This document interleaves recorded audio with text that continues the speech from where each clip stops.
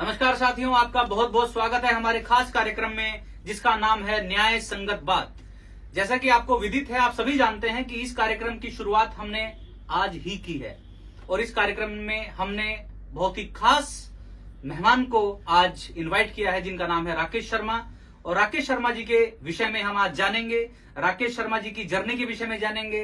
राकेश शर्मा जी से हम विभिन्न लीगल मुद्दों पे चर्चा करेंगे और इस चर्चा में भाग लेने के लिए हमारे साथ मौजूद हैं बहुत सारे लीगल फील्ड के एडवोकेट्स, लीगल स्टूडेंट्स और लॉ के फील्ड में जो स्कॉलर्स हैं वो हमारे साथ मौजूद हैं। उनके सभी उत्तरों के आज क्वेश्चंस के जवाब देंगे, उनके उत्तर देंगे राकेश शर्मा जी। और राकेश शर्मा जी का बहुत बहुत स्वागत है। सबसे पहले राकेश शर्मा जी, आपने अपना बहुमूल्य समय न्याय संगत की टीम को दिया और न्याय संगत आई एम ऑब्लाइज्ड। परीक्षित जी क्या बात कर रहे हैं? और आई एम ऑब्लाइज्ड। बिल्कुल हम किसी भी फॉर्मेलिटी को ना देखते हुए हम सीधा आपसे कोई क्वेश्चन जो पुट करेंगे उसका आप सीधा ही हम आंसर चाहते हैं, क्योंकि हमारे कार्यक्रम का नाम है न्याय संगत और हम नहीं चाहते कि इसमें न्याय ना हो। आप जो भी आपसे कोई क्वेश्चन करे, हमारी टीम का कोई भी मेंबर या कोई भी लॉ स्कॉलर, तो उसका जो उत्तर हो वो बिल्कुल न्याय संगत ही हो, उसमें कोई छल कपट किसी प्रकार की बनावट ना हो। तो हम स्टार्ट करते हैं। सबसे पहला जो क्वेश्चन है हमारे एडवोकेट अजय चौहान आपके सामने पुट करने जा रहे हैं। अजय चौहान सर नमस्कार, मैं एडवोकेट अजय चौहान। सर मेरा प्रश्न है, पहले तो आपको बहुत बहुत कॉन्ग्रेचुलेशन सर, आप बार काउंसिल ऑफ दिल्ली के। Thank you thank you thank you. तो सर मेरा ये प्रश्न है कि आप जैसे हम देखते हैं, आपके चैनल्स देखते हैं हम लगातार, और आप जैसे कभी आप पटियाला हाउस कोर्ट में और कभी रोहिणी कोर्ट में, प्रतीश हजारी कोर्ट में भी, मतलब चुनाव के दौरान भी आपके अंदर मतलब हम इस तरह की एनर्जी देखते हैं और वो लगातार रहती है। मतलब हम आज से नहीं देख रहे, हमें काफी साल हो गए और आप हमेशा उसी एनर्जी के साथ में कार्य कर रहे हैं। और सर मैं ये जानना चाहता हूँ इस एनर्जी का स्रोत कहाँ से आता है, एनर्जी कहाँ से आती है? जेंटलमैन, बहुत बढ़िया सवाल आपने पूछा और जितने भी मेरी इस बात को सुन रहे हैं इसका एक छोटा सा जवाब है। जब आप सच बोलते हैं तो सच के लिए एनर्जी ईश्वर अपने आप देता है। एनर्जी को गेन करने की जरूरत, एनर्जी को कहीं से बाहर से लेने की जरूरत तब पड़ती है जब आप झूठ बोलना चाहते हैं या झूठ बोल रहे हैं। अगर आप सच बोलेंगे तो सच आपके चेहरे पर भी दिखेगा और आपके अंदर भी दिखेगा और एनर्जी खुद ब खुद आती है जी। इसका राज ये तो सच बोलने में कई बार कठिनाइयों का सामना भी करना पड़ता होगा, रात को धमकी भरे फोन भी आते होंगे कि कठिनाइयां ही परीक्षित जी सच बोलने में आती हैं। झूठ तो इतना मीठा होता है कि सबको अच्छा लगता है। जब तक सच जो है बाहर आता है तब तक तो झूठ पूरे ब्रह्मांड का चक्कर लगा के आ जाता है। ये तो एक मैं कहूंगा कि एक यूनिवर्सल ट्रूथ है और सच के साथ दिक्कतें बहुत हैं, लेकिन सच स्थायी है, परमानेंट है। झूठ थोड़े टाइम के लिए होता है, थोड़े टाइम के लिए अच्छा लगता है लेकिन बाद में बड़ा दुख देता है। सच थोड़े टाइम के लिए कड़वा लग सकता है लेकिन बाद में बहुत अच्छे रिजल्ट देता है और कामयाब रहता है और स्थायी तो मैं कह ही रहा हूं।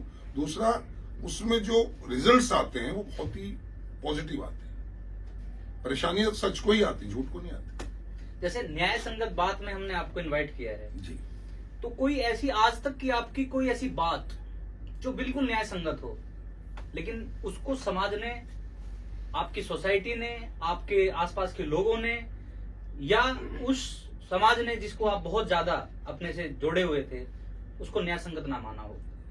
बहुत बढ़िया बात पूछी। मैं अतीत में नहीं जा रहा हूँ, मैं प्रेजेंट की बात कर रहा हूँ। अभी मैं 30 हजारी कोर्ट में प्रैक्टिस कर रहा हूँ, मेरा चैम्बर है यहाँ और यहाँ कुछ घटनाएं, दुर्भाग्यपूर्ण घटनाएं अभी घटित हुई, जुलाई में हुई, पीछे भी एक दो बार ऐसा कुछ हुआ। उसमें न्याय संगत ये था कि जो गलत हुआ उसको सब लोग कहते ये गलत है। उसको खास तौर से वो लोग जो सक्षम थे, जो सीनियर्स थे, जो समझदार हैं, समझदार तो सभी हैं लेकिन जो हमारे सीनियर्स हैं वो ये कहते कि ये गलत हुआ है। लेकिन न्याय संगत बात लोगों ने नहीं करी। आज भी जिन लोगों ने गलत किया कुछ लोग उनको समर्थन कर रहे हैं, कुछ लोग उनके साथ खड़े हैं और जो न समर्थन कर रहे हैं, जो न साथ खड़े हैं, वो लोग खामोश हैं। उनकी एक खामोशी न्याय संगत नहीं है। मैं एक आवाज बन के उभरा हूं या उभरने की कोशिश कर रहा हूं। मेरा मकसद, मेरे channel YMO news, your mind opener news, इसका एक ही मकसद है कि सच को बाहर लाया जाए, सच को एक आवाज दी जाए, सच को लोगों तक पहुंचाया जाए, कितनी भी परेशानी हो। आपने ठीक कहा, धमकियां आती हैं, खूब धमकियां आती हैं, लोग कई बार गालियां भी देते हैं और गुटबाजी भी होती है लोगों में, पर मेरे लिए सब बराबर हैं। जो गलत कर रहा है मैं उसको गलत कहूंगा। जी चुके जिंदगी, और थोड़ी बहुत है, जब तक है किसी का कुछ नहीं पता, लेकिन कहूंगा वही जो सच है। बार काउंसिल ऑफ दिल्ली ने मुझे एक इज्जत दी, मुझे एक पदवी दी कि मैं बार काउंसिल ऑफ दिल्ली का स्पोक्समैन बना, मीडिया इंचार्ज बना। मैंने चेयरमैन साहब से एक ही बात कही थी कि सर आप ये मुझे बनवा रहे हैं, बना रहे हैं, आई एम थैंकफुल, लेकिन ये कतई मत मान लीजिएगा कि बार काउंसिल ऑफ दिल्ली अगर कोई चीज गलत करेगा या गलत मुझे लगेगी, मुझे से लगने से मतलब आम आदमी को गलत लगेगी, और कहीं उसमें लगा कि कहीं कोई पक्षपात है, कहीं कुछ कानून से हटके है, तो मैं उसके खिलाफ बोलने में बहुत अच्छी, बिल्कुल नहीं हिचकिचाऊंगा। ये जो बात आपने कही, ये दमदार बात आपने कही कि जिस संस्था ने आपको अपनी संस्था का स्पोक्स पर्सन बनाया, आपने उसके विरुद्ध भी यदि कोई कार्रवाई आप करेंगे तो उसमें भी आप लेश मात्र नहीं सोचेंगे। विरुद्ध से मतलब उनकी नीतियों, मैं उनकी नीतियों के विरुद्ध यदि के विरुद्ध नहीं हूँ, किसी भी इंसान के पर्सनल में विरुद्ध नहीं हूँ, लेकिन जो एक्टिविटी वो कर रहा है, अगर वो एक्टिविटी वो न्याय संगत नहीं एक्टिविटी तो मैं उसको तो आप उसके खिलाफ बोलेंगे। मेरा चैनल का मकसद ही ये है, और मैं ही नहीं बोलूंगा, जो आम एडवोकेट नहीं बोल पा रहे उनके मुंह से आवाज निकाल के या उनको अपने चैनल की आवाज दे करके वहां तक पहुंचाऊं जो इसको सुन सके। एक कोई पर्सनल चीज पूछना चाहता हूँ, हालांकि वो घटना है, क्योंकि न्याय संगत में हम बैठे तो न्याय संगत ही बात होगी। कोई ऐसी घटना जब आपके पीछे कोई मारने दौड़ा हो? अरे अभी जब ये गोली कांड हुआ, मैं गया सच को जानने की वजह क्या है। मतलब ये आपके वायु में से जुड़ी हुई न्यूज, मतलब आप वायु में की कवरेज करने गए थे? मैं कवरेज करने गया था। अच्छा। कवरेज करने से पहले मैं जान लेना चाहता था कि सच क्या है, बिकॉज ये मुद्दा वकीलों से जुड़ा हुआ था। Being an advocate. कहाँ गए थे आप? मैं कोर्ट में ही? कोर्ट में ही। अच्छा। अपने प्रेसिडेंट के चैम्बर में मैं गया। अच्छा। तो वहां पर मैंने सोचा मैं उनसे बात करूंगा पहले, और क्या इसको करना चाहिए, हाईलाइट नहीं करना चाहिए, इसमें कहाँ किसकी वजह से ये सब हो रहा है, जब तक मुझे कुछ नहीं पता था। और बाहर बहुत सारी र्यूमर्स थी, तो मैं र्यूमर्स को हाईलाइट नहीं करना चाहता था, मैं एक्चुअल फैक्ट जानना चाहता था। लेकिन वहां कुछ मिसअंडरस्टैंडिंग हुई लोगों को, और उन्होंने मुझे न जाने क्यों अपना दुश्मन माना, या ये माना कि कहीं ये सच को बाहर न कर दे, क्योंकि वो गलत थे। और उन्हें अपनी चोर की दाढ़ी में तिनके वाली बात हुई, तो उन्होंने जो है बजाय इसके कि वो अप्रिशिएट करते कि मैं कुछ करने जा रहा हूँ, उन्होंने मेरे ऊपर अटैक करने की कोशिश की। अरे जी, लेकिन मैंने उसको इशू नहीं बनाया, इशू दूसरे थे।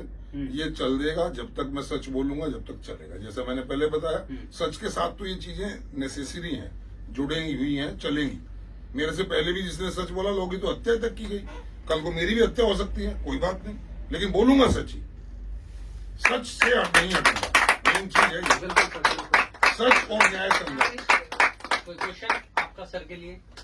सर, मेरा नाम श्रुति शर्मा है और मैं लीगल कंसल्टेंट हूँ, सर के अंडर में काम करती हूँ। सर, मुझे आपसे ये प्रश्न पूछना था कि सर आप अपनी एक मीडिया रिलेटेड लाइफ को और एक एडवोकेट की लाइफ का बैलेंस कैसे करके रखते हैं? ये आपके लिए बड़ा टफ रहता होगा कि आप एक मीडिया इन्फ्लुएंसर भी होते हैं, तो आपको अलग अलग कवरेज करने जाना पड़ता है, और एज एन एडवोकेट आपको एक अपने जो आपका लीगल हायर है, जो आपके पास आया है, आपको उसको भी सेटिस्फाई करना होता है। तो आप उन चीजों के साथ बैलेंस कैसे करते हैं? उसके बैलेंस करने में दिक्कतें आती हैं, नो डाउट। मैं आज भी क्या, मैं पिछले लगभग 20 साल से मैं 5 घंटे से ज्यादा कभी सोया नहीं। ग्रेट। मैं रात को लेट नाइट काम करता हूँ, सुबह मुझे याद नहीं मैं कभी 6 बजे के बाद बिस्तर पे रहा हूँ, और दिन में क्लाइंट्स के साथ पूरा जस्टिफिकेशन करता हूँ, पूरा जस्टिस कोशिश करता हूँ कि उनके साथ हो, क्योंकि उन्होंने मुझे पेमेंट की है, और मैं पेमेंट इर्रेस्पेक्टिव है, अगर मैंने कोई काम लिया है तो मैं करता हूँ। मैं आज भी 20% केसेस फ्री ऑफ कॉस्ट करता हूँ, तो जरूरतमंद है उनकी। पैसा कमा लिया, जिंदगी हो गई पूरी, अब 60 के हो गए हैं, अब मतलब पैसा कमाने की इच्छा नहीं, अब तो सेवा है, सच के साथ सेवा है, न्याय संगत सेवा। अच्छा, आप ये बताइए, एक छोटी सी जिंदगी है जी, इस छोटी सी जिंदगी में कितना रोल करेंगे आप?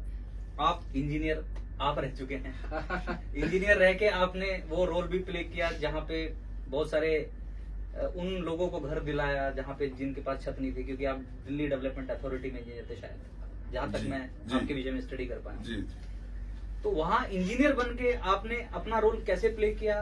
फिर क्या मन में आई आप एडवोकेट बन गए? फिर क्या मन में आई कि आपने चैनल खोल लिया? कि क्या मन में आई कि आप बार काउंसिल ऑफ दिल्ली के मीडिया इंचार्ज बन गए? और अब क्या मन में आ रही है कि आप लोगों के पीछे भाग रहे हैं कवरेज करने के लिए और अपना सर फुड़ाने के लिए तैयार हैं? दरअसल इसके पीछे एक बहुत लंबी कहानी है और आज शायद आपके पास इतना समय भी नहीं होगा। I was civil engineer. मैंने कश्मीरी गेट इंजीनियरिंग से इंजीनियरिंग की और गवर्नमेंट डिपार्टमेंट ज्वाइन किया और वहां भी मैं president, vice president, secretary, all India federation of engineers का सेक्रेटरी, ये सब में रहा। वहां भी एक मेरी जो छवि बनी या मेरी जो भूमिका थी वो एक एक्टिविस्ट की थी। इंजीनियरिंग डिपार्टमेंट में चाहे किसी भी डिपार्टमेंट के हों, बहुत बड़ा भ्रष्टाचार है। मैं उनके खिलाफ लड़ता था। बहुत जबरदस्त लड़ाई एक छेड़ी थी। ये अलग बात है कि जब 100 में से 99 भ्रष्टों के खिलाफ आप लड़ोगे तो अगर उनका दाव लगा तो वो आपको पटक नहीं देते। ऐसा भी हुआ, लेकिन मैंने कभी हार नहीं मानी। जहां तक एडवोकेसी में आने का था, मैंने उस वक्त देखा कि बहुत लोगों के साथ अन्याय हो रहा है, उनको जस्टिस नहीं मिल पा रहा है। मुझे लगता था कि हिंदुस्तान में जस्टिस जो मिल रहा है वो कुछ गिने चुने लोगों को, एक स्पेशल क्लास को मिल रहा है। मैं मन में था कि नहीं, जो आखिरी पायदान का हिंदुस्तानी आदमी है, जो भारतीय है, जो गरीब आदमी है, जिसको एबीसीडी नहीं पता लॉ की, उसको न्याय मिलना चाहिए। वो उसके साथ कुछ भी अनजस्टिस होता है वो सबसे पहले पुलिस पे जाता है, पुलिस के बाद पुलिस से उसे न्याय नहीं मिलता, आसपास सिफारिश ढूंढता है, गांव के प्रधान के पास जाता है, लोकल नेताओं के पास जाता है, वहां उसका शोषण होता है। फिर वो घूम फिर के अदालतों में जाता है।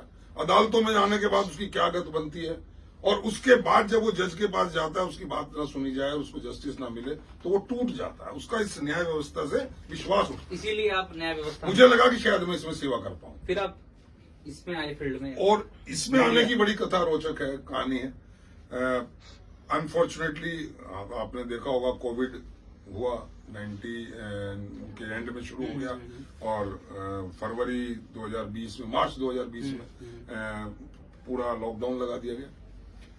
मैं शहीद भगत सिंह फाउंडेशन से जुड़ा हुआ था, जो फ्री एम्बुलेंस प्रोवाइड करती थी, आज भी करती है, और डेथ केसेस में उनको फ्री में शमशान घाट तक ले जाना, चाहे घर से या हॉस्पिटल से, उनको उस दौरान आपने बहुत सारे और उस दौरान हमने ठान लिया कि हम मरे या कुछ भी हो, लेकिन हम सेवा करेंगे। हाँ। और ईश्वर साक्षी है कि मैं एक भी दिन कोरोना के काल में, एक भी दिन मैं घर पे नहीं रुका। मैं उस टाइम पे जब लोग घरों में अपने भाई बहन से, पति पत्नी से, बेटे अपने माँ बाप से दूर रहने की कोशिश करते थे, हाथ नहीं मिलाते थे, उस वक्त मैं कई रात बाहर रहा, शमशान घाट के बाहर सोया, गाड़ी में सोया, एम्बुलेंस में सोया, और मैंने अपने इन्हीं हाथों से 437 डेड बॉडीज को क्रीमेट किया। मैंने उसमें हिंदू मुसलमान कोई फर्क नहीं करा। मैंने आईटीओ पे जो है उनके कब्रिस्तान में जाके अपने हाथ से कब्र भी खोदी, उनको हेल्प किया लोगों को, क्योंकि वो लोग भी बेचारे सुबह से लेकर रात तक खोदते थे तो थक जाते थे। तो ऐसा भी हुआ कि 2-4 बार खुद भी खोदना पड़ा। अपने हाथ से लकड़ियां लगाई, अपने हाथ से जो है संस्कार किया, कोई उनका सुनने वाला नहीं था, लोगों की डेड बॉडीज को घर से लाए। तो उस दौरान बड़े अनुभव हुए, बहुत ही तीखे, बहुत ही दर्दनाक अनुभव हुए, और मुझे लगा कि मैं इन अनुभवों को लोगों से साझा करूं। और मुझे याद है आपका एक चैनल था, उस चैनल में मुझे बोलने का एक बार आपने मौका दिया, तो मैं उस चैनल में आया तो मेरे अंदर एक और उत्साह बढ़ा। फिर आप कुछ मजबूरियों बस अपने परेशानियां कह लीजिए या व्यवस्थाएं कह लीजिए, या लीगल फील्ड में आप ज्यादा मशगूल हो गए। उसके बाद फिर ये चैनल खोला, लोगों ने आवाज लगानी शुरू की, जी बोलिए, कुछ करिए। तो अब मुझे इसमें कहना चाहिए, मुझे इसका चस्का लग गया, मुझे इसमें एंजॉय आने लगा, मुझे इसमें ऐसे लगने लगा मेरी भूख जो है शांत हो रही है। जो मैं चाहता हूं, जो मेरे दिमाग में मुद्दा उठता है, मैं उस मुद्दे को एक्सपोज करता हूं, उस मुद्दे पे लोगों से बात करता हूं, डिबेट्स करता हूं ऑनलाइन, मैं रूबरू इंटरव्यू करता हूं। अब इंटरव्यू की बात आती है, आपने जो कहा कि आप लोगों के पीछे भागते हैं। बहुत मुश्किल है किसी भी डिपार्टमेंट के आदमी से, जैसे स्पोर्ट लीगल फैटर्निटी में ले लीजिए, मैं किसी एडवोकेट का इंटरव्यू करूं, किसी लीडर का करूं, और उसी के खिलाफ बोलना चाहता हूं, खिलाफ से मतलब उसी की गलत बातों को उजागर करना चाहता हूं। तो पहले तो वो आएगा नहीं, उसको किसी तरह से फुसला के जी जी जी करके उसको लाना है, सामने बैठाना है, फिर उसे बता देना है कि लाइव चल रहा है सर, मैं इसमें कोई कटछट नहीं कर सकता। मैंने आज तक अपनी कोई वीडियो एडिट नहीं की। कोई अच्छा, इसमें- एक बात तो इससे जी, तय हो गई है कि जो भी आपके अब आने वाले जितने भी मेहमान बनेंगे जी, आप उनका इंटरव्यू की वजह से नहीं लेंगे, आप उनको उजागर करने के लिए लेंगे। उजागर नहीं, उनके अच्छे काम भी नहीं, हाँ बिल्कुल ठीक, उनके अच्छे कामों को भी एक्सपोज करूंगा। हाँ। अगर उन्होंने कुछ गलत किया तो उसके लिए भी। उसको भी उतना ही और वेटेज जब वो दूंगा। आप उनके पीछे भागेंगे, वो आगे आगे भागेंगे, फिर तो यही तो मुश्किल है। मैं पिछले 8 दिन से मैंने एक बहुत बढ़िया एक प्रोग्राम अपना शुरू किया, glorious journey of bar association. मेरा मकसद था कि जो लोग 40 साल 50 साल से इसमें सेवाएं दे रहे हैं बार में, उनके मैं एक्सपीरियंसेस जानूं, और ताकि मैं नहीं जानूं, जो आने वाली पीढ़ी है, जो अब यंग जनरेशन है, उसको पता लगे कि 40 साल पहले इस बार की क्या गरिमा थी, कैसे इलेक्शन होते थे, कैसे आपस में लोग मिलते थे, क्या रिस्पेक्ट होती थी। बिल्कुल बिल्कुल। मैं समय की जी, व्यस्तता के जी। हाँ बिल्कुल। सर मैं संजीव कुमार। सर मेरा आपसे ये सवाल है कि एक वकील के रूप में आपकी सबसे बड़ी ताकत क्या है सर? केवल सच के साथ रहना, बहुत बढ़िया। केवल सच के साथ। मैं आज भी उन केसेस को नहीं लेता हूं, भले ही फाइनेंशियल लॉस होता है, भले ही लोग कहते हैं no it's not the professional ethics, आपके पास जो भी आएगा आपको करना चाहिए, लेकिन अगर मेरी आत्मा गवाही देती है ये कि ये आदमी वाकई गलत है, इसने वाकई गुनाह किया है, तो मैं कोशिश करता हूं मैं उसका केस ना लूं। जी, आप कोई क्वेश्चन पुट करना चाह रहे हैं, बताइए। Sir myself Preeti, I am a law student. So मैं ये पूछना चाहती हूँ कि आप जैसे एडवोकेट हो, तो आपको कोर्ट में भी उतना ही समय व्यतीत करना होता है, आपको मतलब फैमिली को भी समय देना होता है और बाकी सारी चीजें भी। फैमिली को कैसे समय दे पाते हैं आप? So how do family you के लिए। Manage everything? और हाँ, ये कैसे न्याय कर पाते, फैमिली के साथ कैसे न्याय कर पाते ये हैं? थोड़ा सा मुझे लगता है कि मैं कभी अन्याय करता हूँ, या यहाँ न्याय संगत नहीं है? मैं यहाँ मैं न्याय संगत नहीं हूँ, लेकिन हाँ। मैं वेटेज देखता हूँ कि अगर मैं अपनी फैमिली के 5 मेंबर्स को खुश रख रहा हूँ या उनको समय दे रहा हूँ, और 5000 लोगों को जो मैं मैसेज देना चाहता हूँ नहीं दे पा रहा हूँ, तो मुझे लगता नहीं मुझे वो दे देना चाहिए। मैं फैमिली से माफी मांगता हूँ कि भाई मैं उतना टाइम तुम्हें नहीं दे पा रहा हूँ, लेकिन तुम्हारा वो टाइम मैं अपने ऊपर एंजॉय नहीं कर रहा हूँ, मैं उसके लिए सोशल वर्क कर रहा हूँ। चलिए, मेरा एक अगला क्वेश्चन भी तैयार है, प्लीज आपका शुभ नाम बता के। और Good question। evening, sir. Thank you for letting me ask you a question. My name is Archit. I am from Campus Law Center. I just want to say that as we know that there are 3 pillars of democracy: judiciary, legislature, executive. So, media being the 4th pillar of democracy, do you think that the Delhi Bar Council, as you are the media in charge, what do you think are the improvements they should make for making this effective more? Yes, very nice question. ये मैं कह रहा हूँ, ये मैं request भी करता हूँ अपने बार काउंसिल मेंबर्स के कि आप अपने वर्किंग में ट्रांसपेरेंसी लाइए। अच्छा, जो भी आप करते हैं उसको पब्लिक को पता होना चाहिए कि आप क्या कर रहे हैं। आपको क्या लगता है कि उनकी कौन से वर्क में ट्रांसपेरेंसी नहीं है?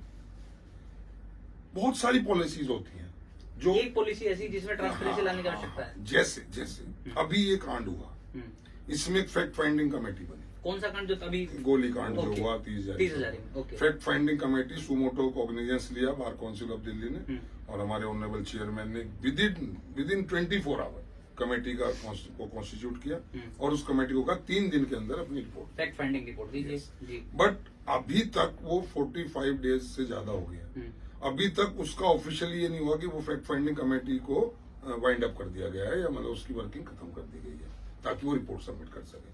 अच्छा, 3 दिन की बजाय 45 दिन हो गए। उससे एक मैसेज गया, मैंने बात की थी, चेयरमैन साहब से बात की, सेक्रेटरी साहब से बात की, कि इससे मैसेज ये जा रहा है कि शायद कमेटी अपने मोटो से कहीं लचक गई है, कहीं उसमें भटकाव आ गया है, या उसके ऊपर प्रेशर अनड्यू आ रहा है, जिसकी वजह से वो फैक्ट्स को एकदम सामने लाने में हिचकिचा रही है। जबकि ऐसा नहीं है, उन्होंने कहा नहीं ऐसा नहीं है, हम माइन्यूटली उसको स्क्रूटनाइज कर रहे हैं कि कौन इसमें कल्पिट है, कौन इसमें एक्चुअल विक्टिम है, और किसकी वजह से ये सब हुआ, और उस पर काम हो रहा है। लेकिन मैंने कहा इसको और एक्सपोज कर, और एक ट्रांसपेरेंसी लाओ। जैसे फेक एडवोकेट्स का है, मैं बहुत जल्दी next week within maybe by Tuesday और मंडे, एक फेक जो एडवोकेट्स थे, मीन्स जिनकी डिग्रीज फेक थी, उन लोगों के खिलाफ बड़ी तकड़ी मुहिम बार काउंसिल ऑफ दिल्ली ने छेड़ी है। बहुत लोगों के खिलाफ FIR की है, मैं उसके पूरी डिटेल्स के साथ आपको सबको रिपोर्ट दूंगा। वो अभी तक क्या होता था कि बार काउंसिल ऑफ दिल्ली अपना काम करती रहती थी, बट आम एडवोकेट को उसका पता नहीं लगता था। मैं चाहता हूं कि जो वो वर्किंग है, वो वर्किंग आखिरी पायदान पे खड़े हुए जूनियर से जूनियर लॉयर को, इंटर्न को भी पता लगे कि बार काउंसिल ऑफ दिल्ली क्या करती है। अब जब बार काउंसिल ऑफ दिल्ली की बात चली परीक्षित जी, मैं बता दूं पूरे हिंदुस्तान में everybody who is connected with Bar Council of Delhi should be proud of this thing, that only this Bar Council of Delhi is the only bar in India जिसने Covid के टाइम में 28 करोड़ रुपए का फाइनेंशियल हेल्प एडवोकेट्स को दिया। इस बात को कोई हाईलाइट नहीं किया, लेकिन जब से मैं आया हूं मैं इस बात को डिफरेंट प्लेटफॉर्म्स पे करता हूं। समय की जी, मांग ये कहती है कि बहुत सारी बातें आपने ऐसी करी जो सीरियस नेचर की थी, लेकिन एक बात मैं आपसे पूछना चाहता हूँ कि आप इतने एज के हो गए हैं, मतलब इतने एजिड हो चुके हैं आप, आपकी दाढ़ी भी सफेद आ गई है, आपके बाल भी सफेद हो गए हैं, आपको नहीं लगता कि आप इतनी ज्यादा एज में ये जो काम कर रहे हैं ये Guinness book of world record में दर्ज हो जाने चाहिए? एक्चुअली दोस्तों, तुम्हें पता है जो पत्रकार और जो इस लाइन से जुड़ा हुआ आदमी है जुदाई तलवार होता है। अब परीक्षित जी के सवाल से मैं सोच रहा हूँ ये मेरे को कॉम्प्लीमेंट दे रहे हैं या मेरी खिंचाई करके मुझे बूढ़ा साबित करना चाह रहे हैं। देखिए, दाढ़ी सफेद होने से और एज के ईयर्स बढ़ जाने से आदमी बूढ़ा नहीं होता। आदमी बूढ़ा होता है विचारों से। विचार आपके बिल्कुल जवान है। मेरे विचार आज भी वही हैं जो एक इंसान के होने चाहिए, जो होने चाहिए, एक्टिविस्ट वाले विचार। एक्टिविस्ट आज भी मैं कई बार मेट्रो में चलने का मौका मिल जाता है, अगर मेट्रो में कुछ गलत हो रहा है, इररेस्पेक्टिव ऑफ एज, मैं टोकता हूँ तुरंत ही मैं टोकता हूँ। और कई बार तो कुछ भद्दी हरकतें देखता हूँ तो बहुत बुरी तरह उनको झाड़ भी देता हूँ। एक आध मिनट के लिए खामोशी होती है, आपको नहीं लेकिन लगता बाद कि में लोग आप सपोर्ट न्याय करते नहीं हैं। कर रहे हैं, कॉन्स्टिट्यूशन के खिलाफ जा रहे हैं? खिलाफ नहीं जा रहा हूँ। कॉन्स्टिट्यूशन क्या है? हमारी जो संस्कृति से बड़ा नहीं है, हमारी जो सभ्यता उससे बड़ा नहीं है, हमारे देश के जो कल्चर है, हमारे यहाँ का जिस परिवेश में हम रह रहे हैं उससे बड़ा कानून नहीं है। कानून उस परिवेश को, उस कल्चर को, उन विरोध का सामना करना मूल्यों को सुनिश्चित करने के लिए विरोध का सामना करना पड़ता है कभी? हाँ, कई बार। Mind your own business. Mind your own इस तरीके से कुछ बात business. आती है। Mind your. It's not none of your business. हाँ। What we are doing. We are free to do everything. अच्छा, तो मैंने कहा सर बिल्कुल अच्छी बात है बेटा, ये जो तुम फ्री टू डू एवरीथिंग कह रहे हो, इसे अपने घर के बाहर मम्मी पापा को सामने खड़ा करके तब करना। Because you don't think we are your mummy ये पापा, मैसेज भी आप दे रहे हैं यू आर एल्डर, कि आप- is there any elder brother of yours और younger brother of This is sister? very- आप जो यहाँ कर रहे हैं, जो स्मूच किस जो भी आप कर रहे हैं, चलिए। यही आप अपने घर के सामने करिएगा। उधर इसकी मम्मी को बैठाओ, बहन को बैठाओ, उधर नया उसको क्वेश्चन बैठाओ। नोट अप होने वाला है। सर जी, जी। मेरा नाम संजीव सिंह। जी। मेरा ये क्वेश्चन है कि न्यू जनरेशन लॉयर और यंग जनरेशन एडवोकेट्स के लिए आप क्या सलाह देना चाहेंगे? जैसे कि बहुत दिक्कतें आती हैं उनके लाइफ में फाइनेंशियली, और अपने फील्ड में कैसे आगे बढ़े, क्योंकि एडवोकेट तभी एडवोकेट होता है जब वो उसके पास क्लाइंट आते हैं, केस आता है, और इंटर्नशिप करके वो सीखता है।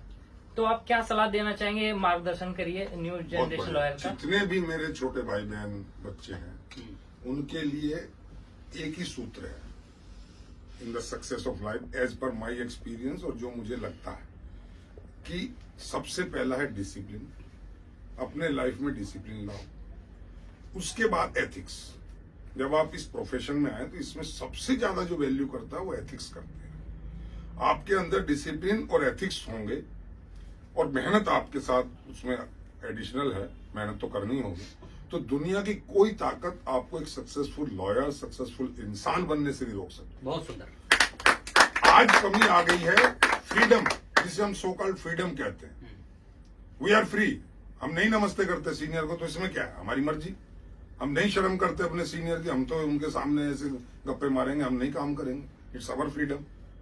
फ्रीडम तो है, लेकिन उसका मिसयूज है ये फ्रीडम का, और उस फ्रीडम के चक्कर में आप अपनी जिंदगी को गुलाम कर देते हैं। दुनिया में कोई भी चीज अनबैलेंस नहीं है। ये मैं कोई प्रीचर नहीं हूं, कोई उपदेशक नहीं हूं, बस बता रहा हूं लास्ट में।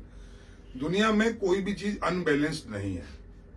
अगर धरती भी है तो वो भी अंडाकार है, गोल भी नहीं है, आयताकार भी नहीं है, वर्गाकार भी नहीं है, अंडाकार है। अगर 1 ग्राम भी कहीं इधर से उधर होता है तो वो हिलेगी। इसी तरह हर इंसान की लाइफ में दुख और सुख, जिसे बोलते हैं हम लोग, है तो मनोस्थिति दोनों, लेकिन अच्छे और बुरे दिन, एंजॉयमेंट और नॉन एंजॉयमेंट बराबर हैं। आप अपनी स्टूडेंट लाइफ में, इनिशियल लाइफ में आप पूरा एंजॉय करिए, जितना आप कर सकते हैं करिए, जितना आप फ्रीडम महसूस कर सकते हैं करिए। आप बाद की लाइफ को हेल कर रहे हैं, बाद की लाइफ को आप दूभर बना रहे हैं, गंदा बना रहे हैं, उसको आप दुख में बना रहे हैं। और शुरू में आप अगर मेहनत कर गए, शुरू में आपने एथिक्स से काम करना शुरू कर दिया, डिसिप्लिन से काम करना शुरू कर दिया, तो rest of the life is very very enjoyful, जिसकी आप कल्पना भी नहीं कर सकते। ये सूत्र है, और इसी सूत्र को मैं कोशिश करता हूं चैनल के माध्यम से भी कि इसको मैं एक्सपोज करूं, लोगों तक पहुंचाऊं। अपने सीनियर्स को, जिस प्रोफेशन में आप हैं, चाहे आप जानते हैं नहीं जानते, आप कोर्ट रूम में खड़े बैठे, कोई सीनियर आता है, आप चेयर दे दीजिए, वो आपको अंदर से आशीर्वाद देगा। आप कोर्ट में कोई किसी से मिलते हैं, आप किसी को विश कर लीजिएगा, आपको आशीर्वाद मिलेगा, ब्लेसिंग्स मिलेंगे। वो ब्लेसिंग्स किसी भी एजुकेशन से ज्यादा होती है, वो बहुत काम करते हैं आपका लक बनाने में। तो ये सक्सेस होने का मेहनत, ईमानदारी से मेहनत करो जितनी कर सकते हैं। हर एक आदमी जेठमलानी जी नहीं बन सकते, हर एक आदमी एपीजे अब्दुल कलाम नहीं बन सकते, लेकिन चांसेस सबको मिलते हैं, चांसेस सबको मिलने चाहिए। और सबके सामने अपॉर्चुनिटीज हैं। आज के कार्यक्रम में हमारे साथ जुड़े हुए थे, हमारे कार्यक्रम का आज का नाम था let's talk legal with Rakesh Sharma, और हमारे चैनल का नाम आप देख ही रहे हैं, न्याय संगत बात। और न्याय संगत बात के विषय में मैं आपको बता दूं कि हमारा फेसबुक पेज है, जो हमने आज ही लॉन्च किया है, आज ही इसका इनॉग्रेशन इनके शुभ हाथों से कराया है, जो हमारे मीडिया इंचार्ज है बार काउंसिल ऑफ दिल्ली के श्री राकेश शर्मा जी। और हम चाहते हैं कि आप हमारे चैनल से जुड़े रहें, क्योंकि आने वाले समय में हम आपको इन्हीं तरह की जो लीगल फील्ड की जो बड़ी बड़ी हस्ती हैं उनसे रूबरू कराएंगे, मुलाकात कराएंगे, और आपके जो क्वेश्चंस हैं आप उनको पुट कर सकते हैं, हम उनको भी आने वाले जितने भी हमारे मेहमान हैं उनसे पूछेंगे। आपका हमारे शो को देखने के लिए बहुत बहुत धन्यवाद, शुक्रिया, जय हिंद, जय थैंक यू भारत। परीक्षित जी, आपके चैनल को मैं शुभकामनाएं देता हूँ। न्याय संगत बात, आप जैसा अनुभवी, आप जैसा निर्भीक इंसान ही कर सकता है, और आपसे लोगों को बहुत उम्मीद है, और मेरा पूरा आशीर्वाद धन्यवाद। और पूरी शुभकामनाएं आपके साथ है। धन्यवाद। आपके इस चैनल को दिन दूनी रात चौगुनी उन्नति हो, और आप सही बात को, न्याय संगत बात को समाज में ला सकें, इसके लिए मेरा हृदय से आपको शुभकामनाएं, शुभाशीष। धन्यवाद। जय। धन्यवाद, थैंक यू। धन्यवाद।